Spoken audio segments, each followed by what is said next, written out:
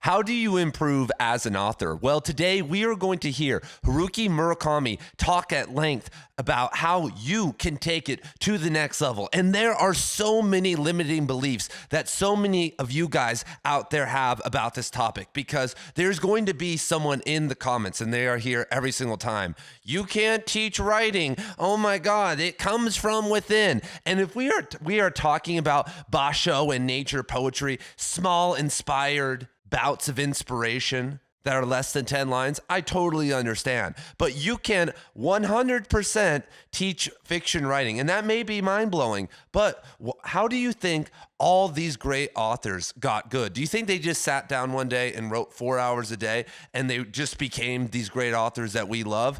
Absolutely not, and that is a lie. Books are made out of books, and when you look at Murakami, Cormac McCarthy, David Foster Wallace, these are just people I know a lot about. And I've been to the Cormac McCarthy archive and the David Foster Wallace archive.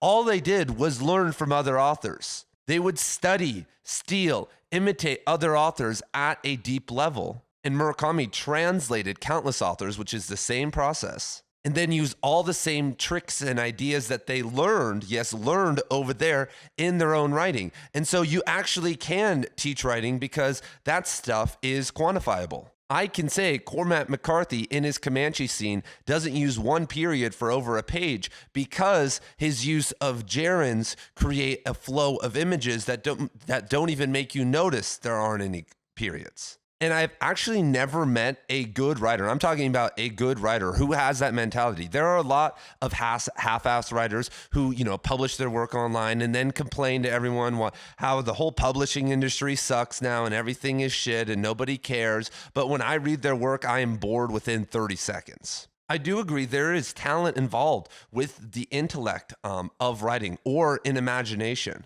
But those things can be overcome and have been overcome by so many different authors who are legends. And if you guys don't know, my name is Ian, and here on Right Conscious, we cover everything related to Haruki Murakami. If you look at the playlist down below, you will find videos on Murakami's books, his writing advice and writing style, and his life. And you should expect more videos on Murakami every single week, if not multiple a week. And so, enough from me. Let us now hear from Murakami about how to become a better writer. In this way, every time I write a new novel, I tell myself, okay, this time, here's what I'm going to try to accomplish. One by one, setting up concrete goals for myself. For the most part, visible, technical types of goals. I enjoy writing like that. As I clear a new hurdle and accomplish something new or different, I get a real sense that I've grown, even if it's a little as a writer. It's like climbing step by step up a ladder. The wonderful thing about being a novelist is that even in your 50s and 60s, that kind of growth and innovation is possible. There's no age limit. The same wouldn't hold true for an athlete. And once again, Murakami is shattering barriers with this mentality. Because what I realized when I read this quote, and this is something I've realized about life, is that most people have never gotten good at anything in their entire life. When you look at their job, for instance, they've been doing that for a while and it's just somewhat unconscious, so maybe they have gotten pretty good at that. But most people have never set goals and stuck with those goals and excelled in a skill through their own personal accountability without a job, without a university for 5+ years and put thousands of hours into something. How do I know that? Well, think of your friends, think of your family. What have they done on their own that they are a master at? And with writing, it's a double whammy because, of course, personal accountability to sit down in a chair and write is really hard. There are so many people out there who are fake writers because they actually hate it. Like, some people love reading. Like, a lot of us love books. And what makes writing intriguing is that to become a film director, like, how the hell do you do that? Like, you have to go to film school or try to make connections and work your way up through the industry and be given a chance after making short films. It's kind of like this bizarre thing. But any random person can become an author. It's a one-man show. But they actually hate doing it. This is something that I've had to come to terms with in terms of fiction. I enjoy writing fiction, but I like writing poetry 20 times, maybe more than writing fiction. It's just kind of this weird thing. And so when I'm sitting down and writing fiction, sometimes most of the time, honestly, suddenly I'm just thinking about writing poetry. I'm like, man, I really want to go look back at those poems, or I start writing a poem from the stuff that I'm writing in stemming from my fiction writing.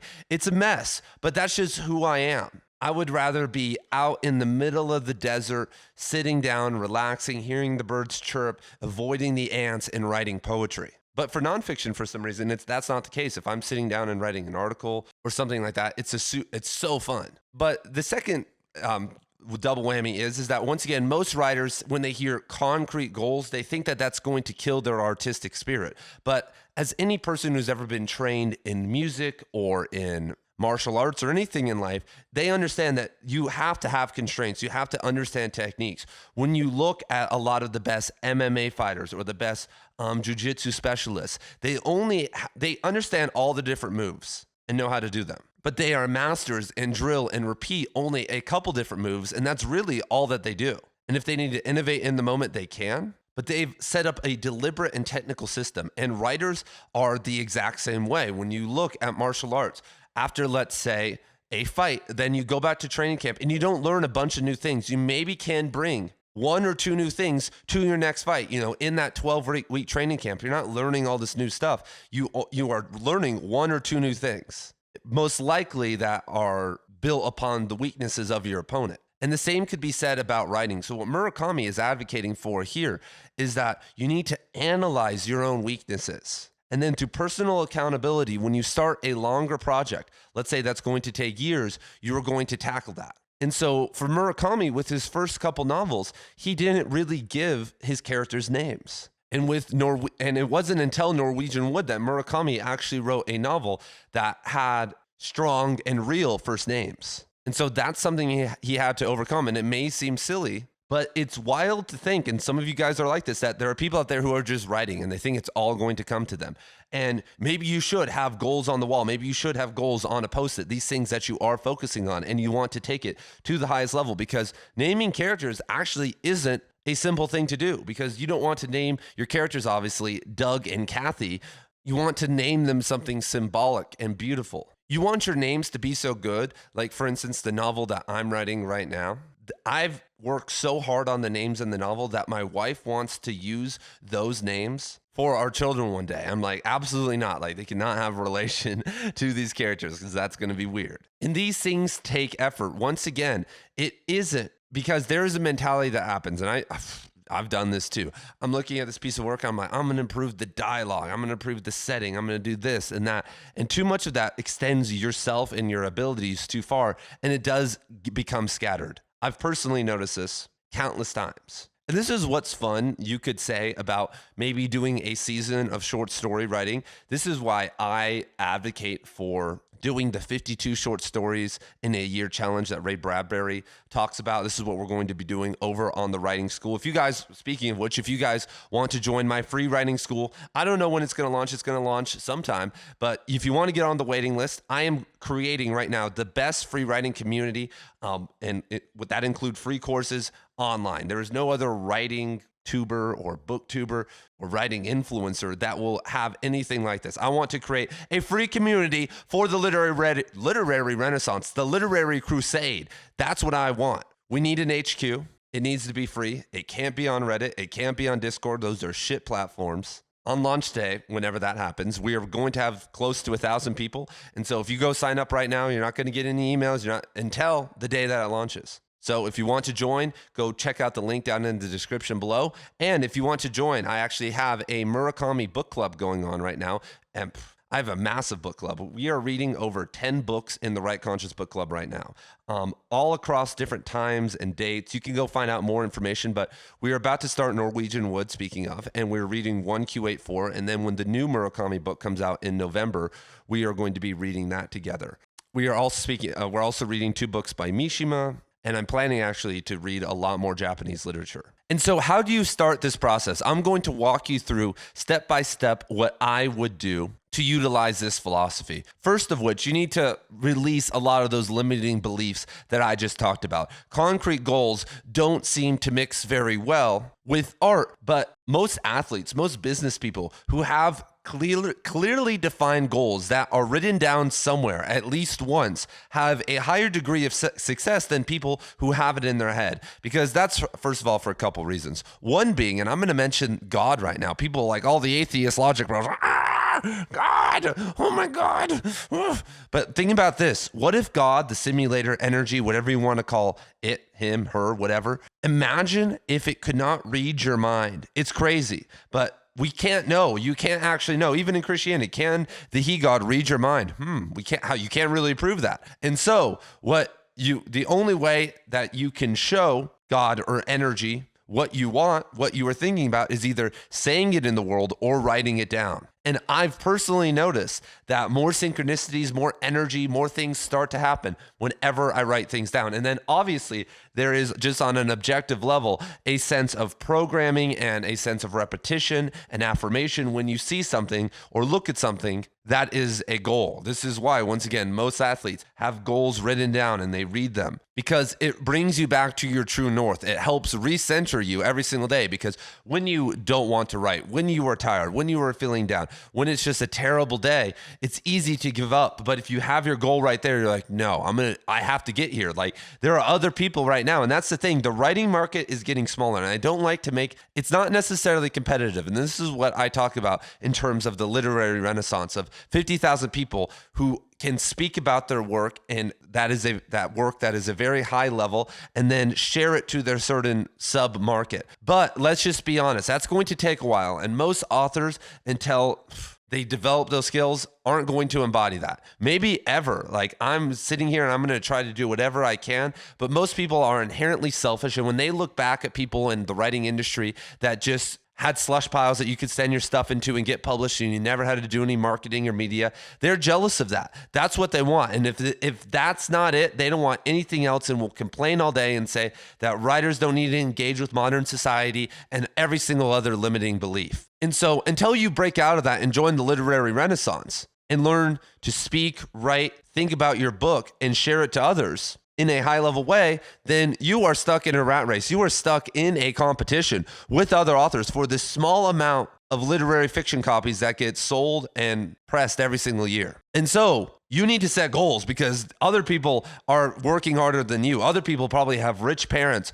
who are giving them everything they want. And people, dude, it's so funny. People have such a distorted reality when it comes to rich people. They're like, they're entitled. They're not doing anything. And it's like, guys, do you realize that most of the people behind me on this shelf had so much help and had rich parents, or got a bunch of breaks in life that you don't currently have? And a lot of the people you're competing against, and they are not entitled. They are actually hardworking, grateful, and utilizing that opportunity for, to the best of their ability. And there are plenty of other assholes who have opportunities and don't utilize them, but there are ones that do, and that gives them double the strength. And so if you're going to outcompete them, you're going to have to bring some new things to the table, and concrete goals is one of them. But I don't really like concrete goals when it comes to finishing your book. Like, hey, I'm going to write my book and, have it finished by May or something. And it even feels weird sometimes, because I talk about all the time how you should most likely be spending close to 5,000 hours on each one of your novels. And people can't comprehend that. Like, I also get comments all the time. They're like, writing isn't like that. Most writers, when they sit down, they just write for 60 minutes a day. And it's like, guys, that's why you suck.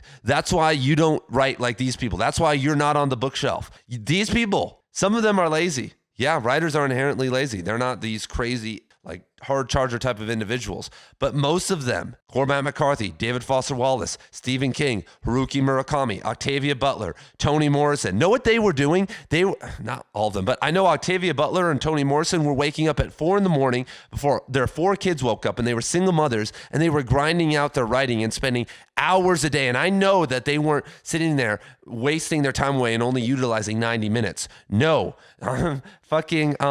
Maya Angelou, do you think she was sitting in that hotel room with no distractions for 6 hours a day and doing nothing? No, she was writing, bro. Just because you have ADHD and can't do everything, and you were trying to enable everyone else to think that, it's a joke. Like, don't even get me going. So you are going to have to, but setting time goals is also a little bit weird, because I feel like it makes you think that you're done, because you're like, oh, I hit 5,000 hours, I'm done. It's like, no, it's done when it's done. But most authors usually spend around 5,000 hours, but it could be a little bit less, or it could be a lot more. Someone like Cormac McCarthy worked on The Passenger for 60 years. worked through it with when he even had cancer. That's something new that just came out. So let's break through these limiting beliefs. Step number 2, don't set big time goals. Instead, set smaller goals involved with meta aspects of your writing. I mean, and I could say step number 2 is you need to do an honest evaluation of your writing ability, which can be hard. But if you relax enough and you're had detached enough away, even from some of your older writing, most of the same problems are going to be lingering.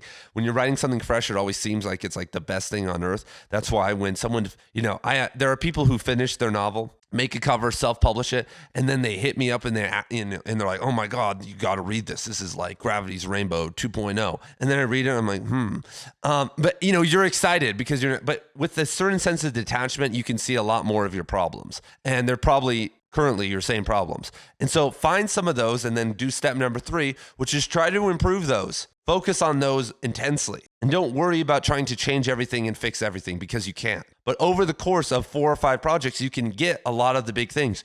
You can improve your dialogue and your setting or naming characters or the flow, the rhythm, the sound, characterization, a lot, writing a female character for the first time or like a kind of more divergent character, like writing in a new place. All these types of things you can accomplish. And like I said, you can also, with the 52 short stories challenge, probably speed up this process. That's why that's why so many authors started off with short stories and so many new writers don't take that very seriously. Think about this. Most novelists spent years, even into their childhood, writing short stories. When you think of Stephen King and Ray Bradbury and Cormac McCarthy, they were writing short stories as children. David Foster Wallace, same thing. And so by the time they got to novels, they had done 52 short stories. They had worked through a lot of those problems. But we write 4 or 5 short stories and we're like, in some workshops and around, and we're like, oh, wow, I'm ready for a novel now. And that's cool. But like I said, you could iron out a lot more and realize where you're at with all those short stories. If you had 52 short stories